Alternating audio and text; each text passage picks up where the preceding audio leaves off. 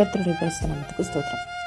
தன்னோட சொந்த நாட்டை விட்டு, சொந்த பந்தங்களை விட்டு பல்லாயிரக்கணக்கான மைல்கள் கடந்து நம்மளோட தமிழ்நாட்டுக்கு வந்து 1000க்கும் மேற்பட்ட அநாதைகள் மற்றும் தேவதாசி பெண் குழந்தைகளுக்கு தாயாக மாறின ஒரு உன்னத மிஷினரியை பற்றி உங்களுக்கு தெரியுமா? அவர் தான் டோனாவூர் அம்மா அப்படின்னு அழைக்கப்பட்ட ஆமி கர்மைக்கல். 55 வருஷங்களில் ஒரு டைம் கூட தன்னோட தாய்நாட்டுக்கு திரும்பாமல் நம்மளோட தமிழ் மண்ணிலேயே அவரோட உயிரை வந்து தியாகம் பண்ணாங்க. ஒவ்வொரு கிறிஸ்தவங்களுமே கண்டிப்பாக தெரிஞ்சுக்க வேண்டிய ஒரு உன்னத வரலாறு தான் இது. வாங்க இந்த வீடியோவில் தான் விரிவாக பார்க்கலாம். 1867 வருஷம் அயர்லாந்து நாட்டில் ஒரு வசதியான கிறிஸ்தவ குடும்பத்தில் பிறந்தார் ஆமி. சின்ன வயசுலேயே அவருக்கு ஒரு வித்தியாசமான ஆசை இருந்துச்சு. அது என்னன்னா, தன்னோட குடும்பத்தில் இருக்கிற மற்றவங்க மாதிரி தனக்கும் அழகான நீல நிற கண்கள் வேணும் அப்படின்னு டெய்லி வந்து கண்ணீரோட ஜெபிச்சிருக்காங்க. ஆனால் கடவுள் வந்து அவங்களுக்கு பழுப்பு நிற கண்கள் தான் வந்து கொடுத்துருக்கிறாரு. தன்னோட ஜபத்துக்கு பதில் கிடைக்கல அப்படின்னு சிறுமியாக இருக்கிற ஆமி ரொம்பவுமே வருத்தப்பட்டிருக்காங்க. ஆனால் கடவுள் ஏன் பழுப்பு நிற கண்கள் கொடுத்தார் அப்படிங்கிற ரகசியம் பல வருஷங்களுக்கு அப்புறமா அவர் இந்தியா வந்ததுக்கு அப்புறம் தான் புரிஞ்சிருக்கு. அது என்ன ரகசியம்னா, கடவுளோட அழைப்பை அவங்க ஏற்றுக்கிட்டு பல நாடுகளுக்கு சென்று சுவிசேஷம் அறிவிச்சிருக்கிறாங்க. இந்த ஆமி இறுதியாக 1895 வருஷம் நம்மளோட இந்தியாவோட தமிழ்நாட்டுக்கு வந்திருக்கிறாங்க. இங்கே வந்து அவங்க தமிழ் மொழியை வந்து ரொம்ப ஆர்வமாக ரொம்ப ட்ரை பண்ணி கற்றுட்டு அதுக்கப்புறமா தமிழ்நாட்டில் அந்த டைமில் என்ன இருந்துச்சு அப்படின்னா, தேவதாசி முறை அப்படிங்கிற பேரில் சிறுமிகள் மற்றும் பெண் குழந்தைகளுக்கு கோயில்களில் விற்கப்பட்டு அவங்களோட வாழ்க்கை சீரழிக்கப்படுது அப்படிங்கிறத வந்து ஆமி தெரிஞ்சுக்கிறாங்க. இதை பார்த்து அவங்களோட இருதயமே ரத்தம் சிந்துச்சு அப்படின்னு அவங்க சொல்லியிருக்கிறாங்க. இந்த அநியாயத்திலிருந்து குழந்தைகளை காப்பாற்றணும் அப்படின்னு ஒரு பெரிய சபதமே எடுக்கிறாங்க. 1901 வருஷம் டோனாவூர் கூட்டமைப்பு அப்படிங்கிற இல்லத்தை வந்து திருநெல்வேலியில் ஸ்டார்ட் பண்ணியிருக்கிறாங்க. அங்கே மீட்கப்பட்ட நூற்றுக்கணக்கான குழந்தைகள் அவர் வந்து அம்மா அப்படின்னு அன்போடு அழைச்சிருக்கிறாங்க.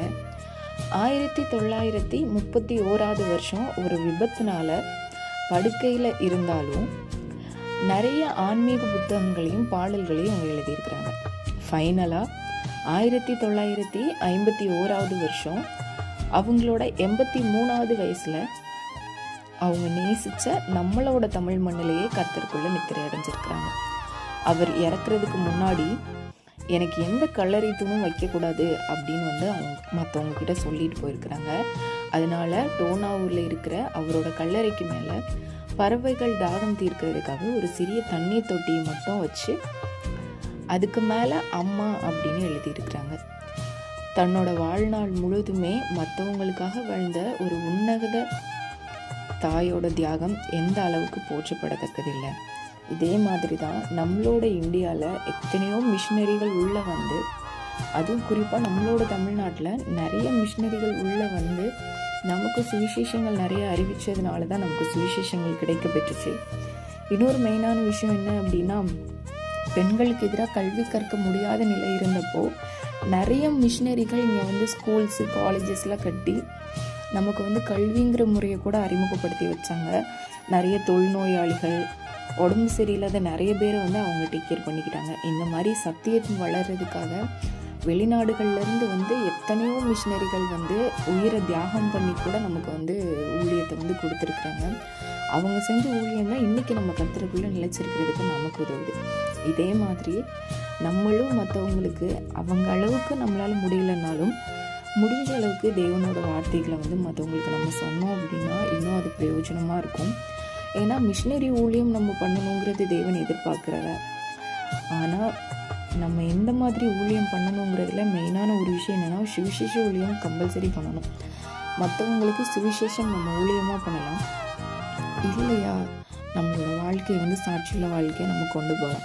எந்த அளவுக்கு தேவனுக்குள்ளே நம்ம பற்றுதலாக இருக்கிறோமோ அதே மாதிரி மற்றவங்களையும் நம்மளால் வழிநடத்த முடியும் அப்படிங்கிறது தான் இன்றைக்கி நாளுக்குள்ள என்னோட கருத்து. ஆமி கர்மைக்கல் மாதிரி இன்னும் எத்தனையோ மிஷினரிகளோட வாழ்க்கை வரலாறுகளை இனி வர அத்தியாயங்களில் நம்ம பார்க்கலாம். இது எனக்கு தெரிந்ததே உங்களுக்கு கொடுக்குறேன் சீரியஸோட செகண்ட் சீரியஸ். இதே மாதிரி அடுத்த சீரியஸில் உங்களை சந்திக்கும் வரை take care, bye, stay tune. This is your CC. God bless you.